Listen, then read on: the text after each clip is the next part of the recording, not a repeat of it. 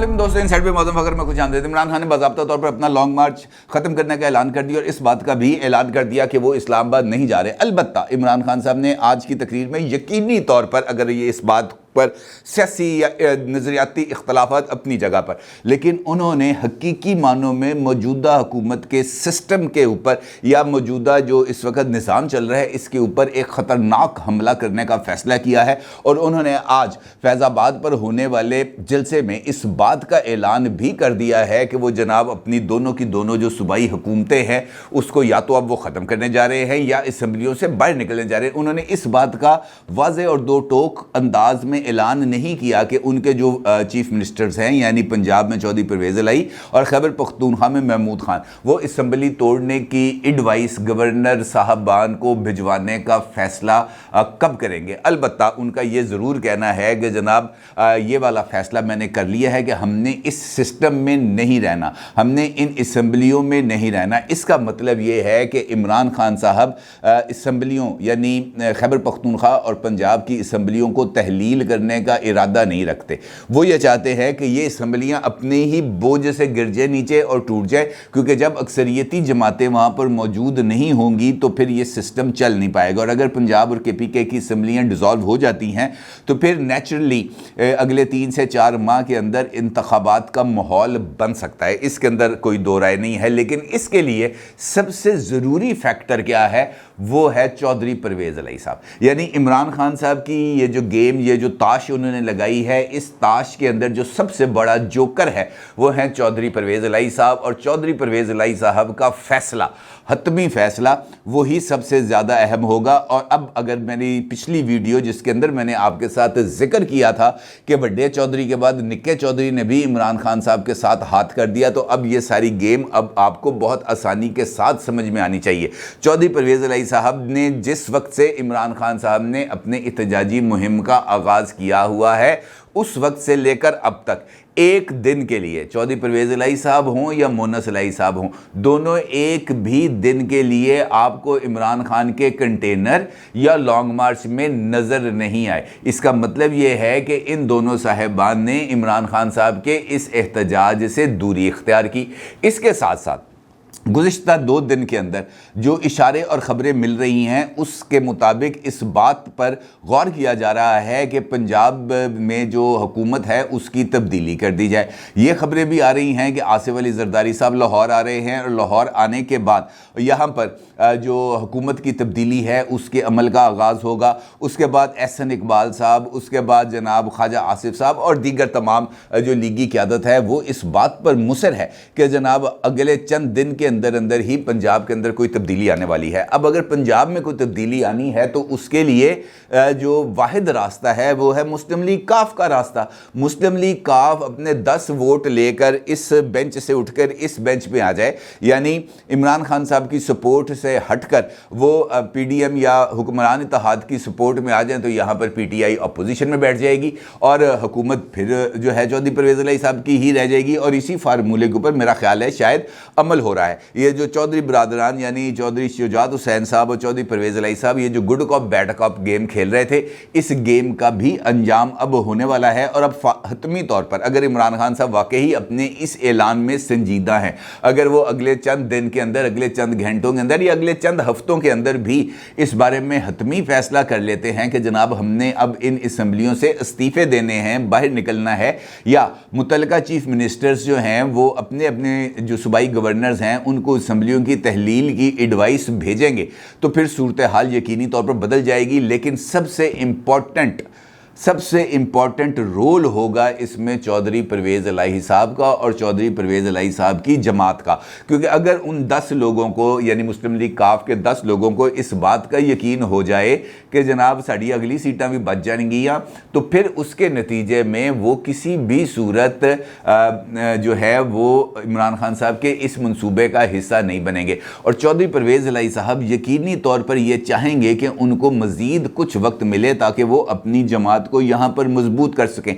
इसका मतलब ये है कि अब ये जो मौजूदा पॉलिटिकल क्राइसिस है या ये जो मौजूदा पॉलिटिकल फिल्म या ड्रामा चल रही थी पिछले साल फरवरी, इस साल फरवरी से लेकर नवंबर तक, ये फिल्म जो है अब अपने ड्रॉप सीन की तरफ बढ़ रही है। ऑल्दो इमरान खान साहब का ये खिताब और खिताब का ये हिस्सा जो आखिर में उन्होंने कहा कि हम अब इस निज़ाम का हिस्सा नहीं बनेंगे, अब हम असम्बलियों से निकलने वाले हैं, मेरी दोनों चीफ मिनिस्टर से बात हो गई है और बहुत जल्द हम तमाम पार्लिमानी पार्टीज़ के अरकान से मैं मीटिंग करूंगा और उन मीटिंग्स के बाद हम हतमी लाहे अमल का ऐलान कर देंगे। तो इसका मतलब यह है उनकी इस बात को सच मान लेना चाहिए कि यार हाँ वो बंदा बात कह रहा है, ठीक कह रहा है। ऑल्दो कि इस बात का मेरे ख्याल में जो इम्कान है वो बहुत ही कम है कि चौधरी परवेज़ इलाही साहब अपने हाथों से पंजाब असम्बली को डिसॉल्व करेंगे। मुझे इस बात के इम्कान नहीं लगते और अगर पंजाब असम्बली डिसॉल्व नहीं होगी तो फिर खैबर पख्तूनख्वा असम्बली भी डिसॉल्व नहीं होगी। बज़ाहिर ये इस किस्म की सिचुएशन है। लेकिन इमरान खान साहब के इस खिताब के अंदर अगर आपने इसको देखा हो तो इमरान खान साहब के इस खिताब में 2 या 3 नकात हैं जो बहुत ही ज़्यादा जिन पर तवज्जो देने की ज़रूरत है। पहला नुक्ता यह है कि इमरान खान साहब किसी भी सूरत अपने एंटी इस्टेब्लिशमेंट नैरेटिव से पीछे हटने के लिए तैयार नहीं है।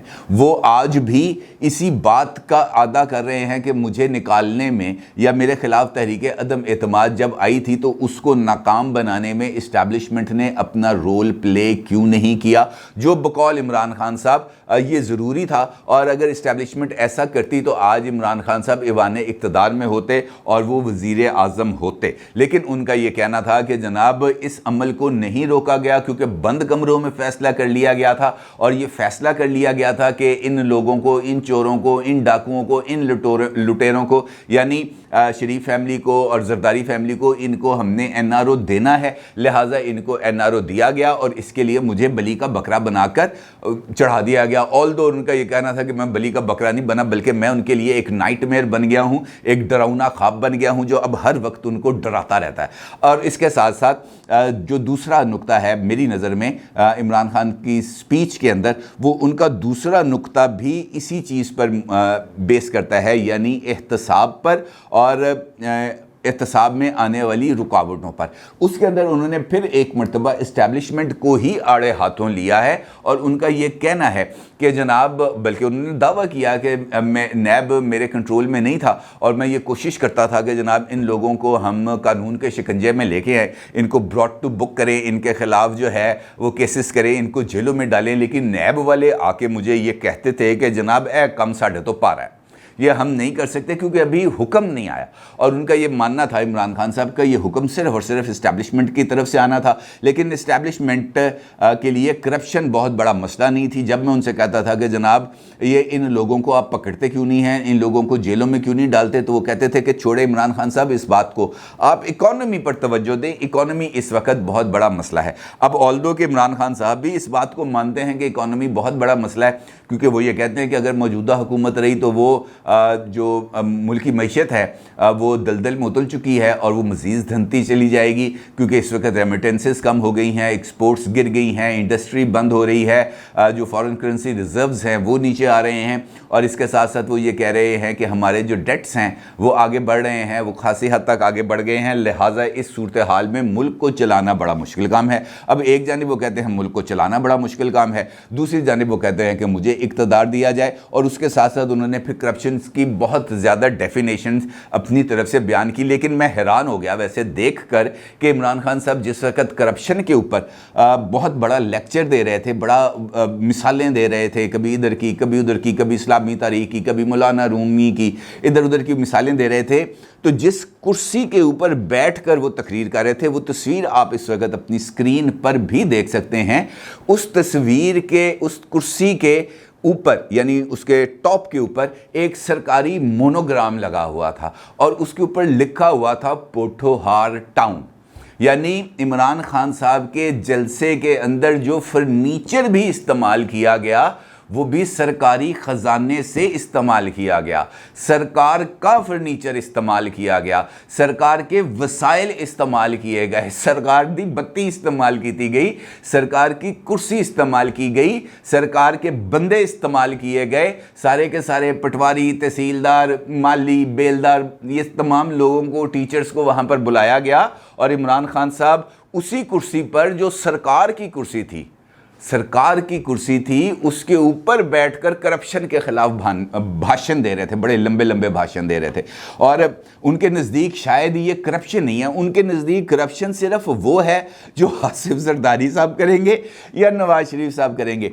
इमरान खान साहब अगर करप्शन करेंगे तो वो उनके नज़दीक करप्शन नहीं है। ये अब करप्शन की एक ऐसी डेफिनेशन आ गई है सामने, जिसको अब मेरा ख्याल है कि इसके लिए ये जो किताबें हैं इसको बदलना पड़ेगा और सिर्फ करप्शन की उसी डेफिनेशन को किताबों में रखना पड़ेगा जिसको इमरान खान साहब दुरुस्त समझते हैं। तीसरी बात, इमरान खान साहब का परनाला वहीं पे है। इमरान खान साहब अब भी इस बारे में कोई दो राय नहीं रखते कि इस्लामाबाद में आने वाले एक हसास इदारे के अफसर, इमरान खान साहब नाम भी लेते हैं उनका, मेजर जनरल फैसल नसीर साहब, और उनके बारे में उनकी ये राय है कि इस वक्त उनकी जमात के ऊपर जो जो क्रैकडाउन हो रहा है वो उन्हीं की वजह से हो रहा है। और वो ये कहते हैं कि जनाब पता नहीं ऐसा इस मुल्क में कौन सा फिरौन था जिसने सिर्फ एक ट्वीट के ऊपर आज़म स्वाति का ये हाल कर दिया, ना सिर्फ उसको नंगा कर दिया बल्कि उनकी अपनी अहलिया के साथ एक कॉम्प्रोमाइज्ड सिचुएशन की वीडियोस भी बनाकर उनको भिजवा दी। और वो ये कहते हैं कि जब तक ताकतवर को कानून के नीचे नहीं लाया जाएगा उस वक्त तक मुल्क तरक्की नहीं कर सकता। बात बिल्कुल ठीक है, ताकतवर को कानून के नीचे आना चाहिए, लेकिन तमाम ताकतवरों को आना चाहिए।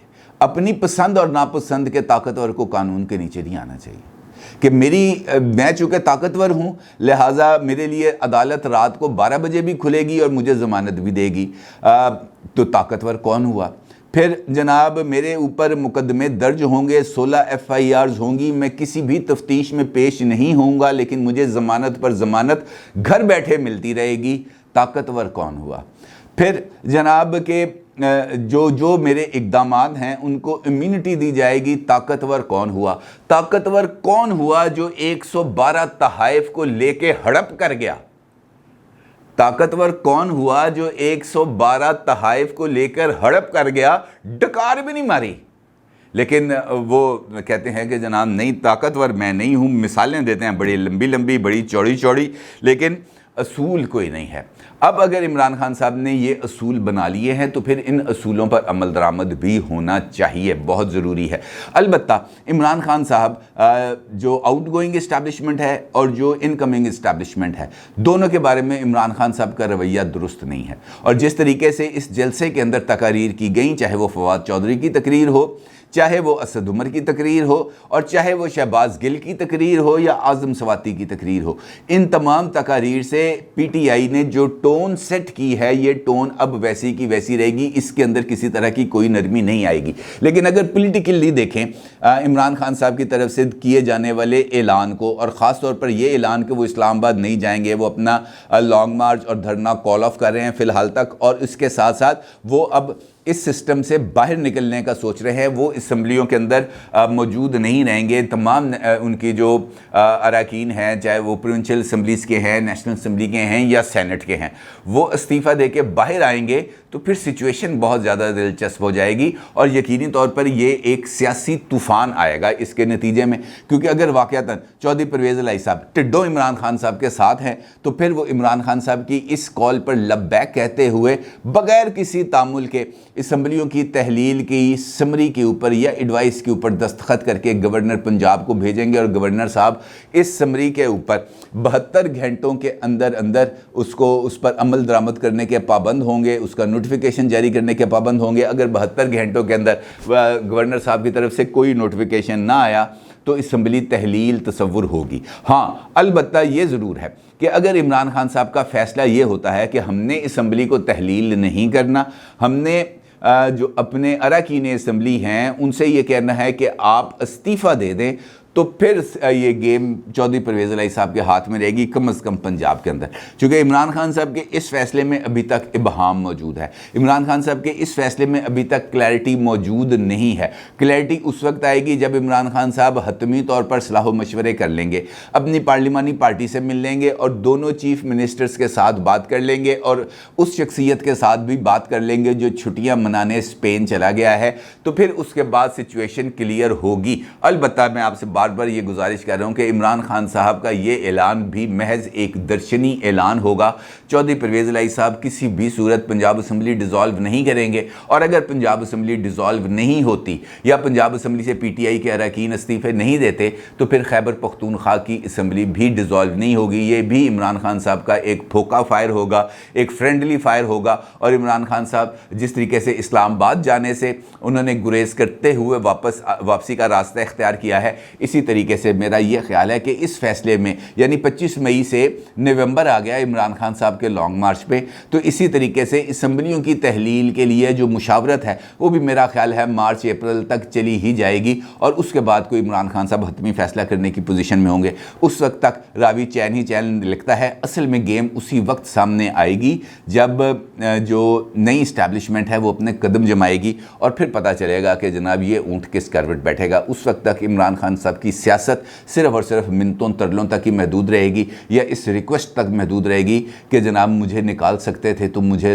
रोका, मुझे निकालने मेरे खिलाफ जब तरीक़े अदम एतमाद आ रही थी तो उसको नाकाम आप करने में जो किरदार अदा कर सकते थे आपने किरदार अदा क्यों नहीं किया, या मुझे इक़्तिदार में लाने के लिए किरदार अदा क्यों नहीं कर रहे। अपनी राय का ज़रूर इज़हार कीजिएगा। आपका बहुत शुक्रिया। अल्लाह हाफ़िज़।